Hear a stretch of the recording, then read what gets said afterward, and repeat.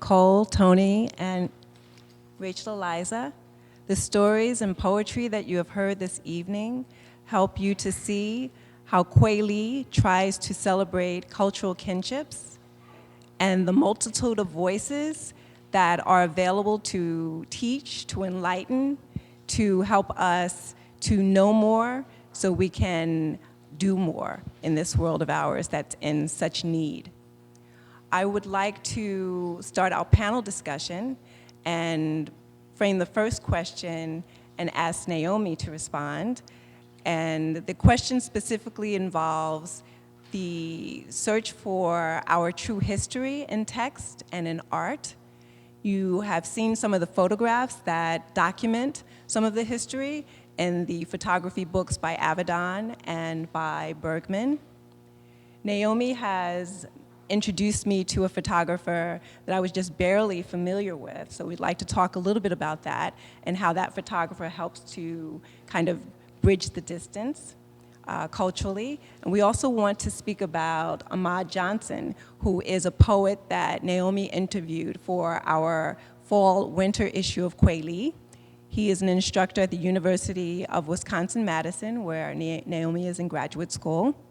So let's talk about what you gained from that interview and how that poet finds a way to bridge cultural distance in his work and as an educator. So Ahmad Johnson is the author of Red Summer, a book of poetry that explores the riots that happened across the country in the race riots in 1919. So I've recently done an interview with him for Kweli, talking about not only that book, but his aesthetic. And he also talks about, truth-telling. So what can I say about that? Well, I guess one of the things, I'll talk a little bit about his book. One of the things that he talks about in this book, which you'll be able to read on Kweli's website in the next issue, is he talks about the spectacle of violence and how he engages with the spectacle of violence.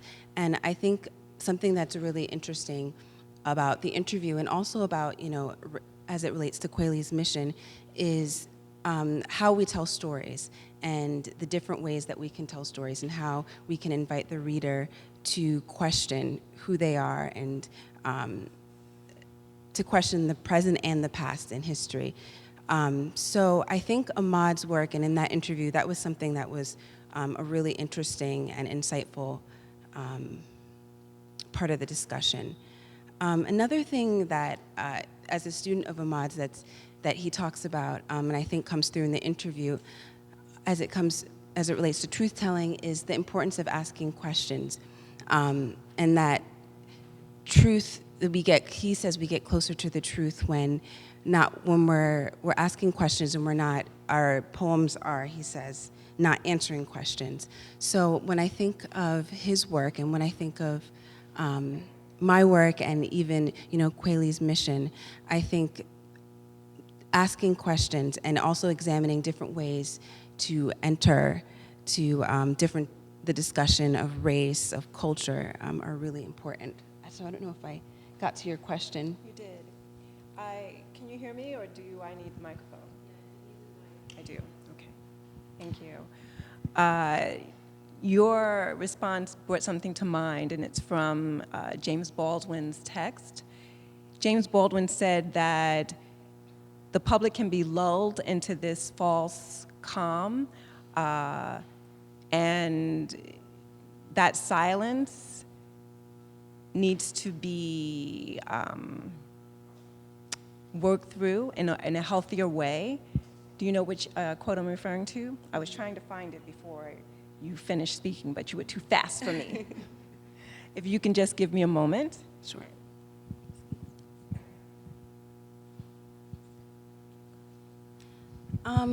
So, yeah. What poem did he submit for Kweli's publication in the fall? What theme did he work with in that poem? So the poem that he submitted, and it's kind of like, I'm gonna have to try and access that in my memory. it's not a part of Red Summer. And I don't have, since, we're still getting some information from Ahmad for its publication, I don't have all the information on that poem.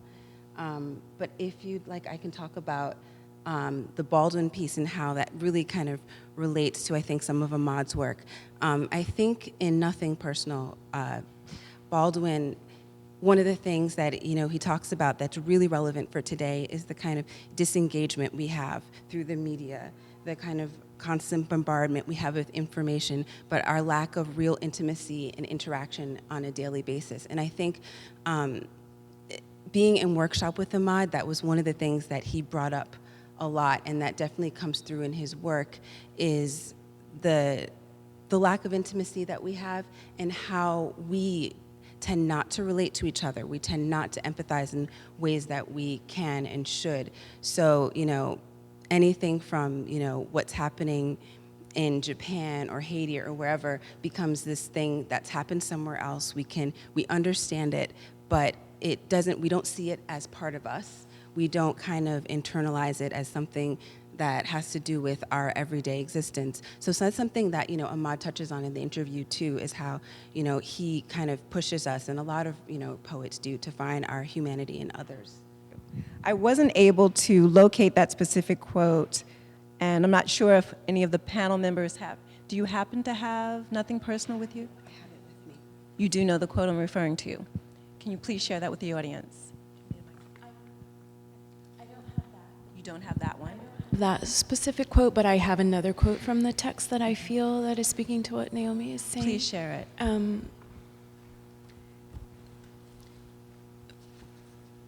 Baldwin writes, "The country was settled by a desperate, divided, and rapacious horde of people who were determined to forget their past and determined to make money. We certainly have not changed in this respect, and this is proved by our faces, by our children, by our absolutely unspeakable loneliness, and the spectacular ugliness and hostility of our cities. Our cities are terribly unloved, by the people who live in them, I mean. No one seems to feel that the city belongs to him. To be locked in the past means, in effect, that one has no past, since one can never assess it or use it, and if one cannot use the past, one cannot function in the present, and so one can never be free. I take this to be, as I say, the American situation in relief, the root of our unadmitted sorrow, and the very key to our crisis." Thank you, Rachel Eliza. That's perfect. I would like to move to the Toni Morrison quote. "Why should we want to know a stranger when it is easier to estrange another? Why should we want to close the distance when we can close the gate?" So I want to put that question to the panel. Why should we be interested as artists in closing the distance culturally, closing the distance historically in our work, in our life? Who benefits? I know that I feel compelled to address those kinds of questions in my work, because that's what interests me. And in working on my stories, I drew a lot from my family life. And part of it was trying to understand my mother's story. And she was born in Mexico, and her parents died separately. And she was brought to live in Los Angeles as a young girl. And in the meantime, her two older sisters stayed in Mexico, and they grew up there. So she was just trying to understand how she could leave these parents behind who she didn't know very well, right? And these sisters who grew up separately from her. And she makes these visits to Mexico, and she always wants to go to the cemetery to see the graves. And her connection and disconnection from her homeland, basically. And that was Spanish was her first language. And now she wouldn't say that it is because she speaks more English, and we grew up only speaking English, really. And just to try and understand her story, I was very, very compelled to tell her story. I think that if we isolate, we disappear. And the media has done a beautiful job in instilling this sense of fear in us. You know, we live in a culture of fear.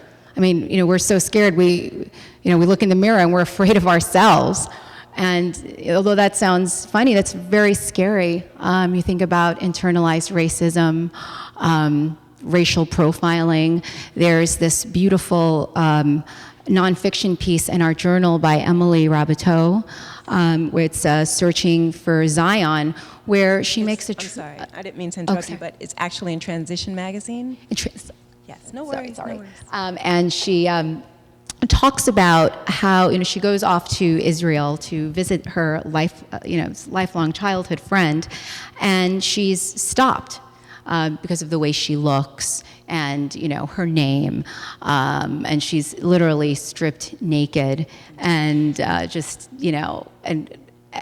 with God knows what poked into every orifice of her body, and it was such, you know, a violation. And, you know, I think about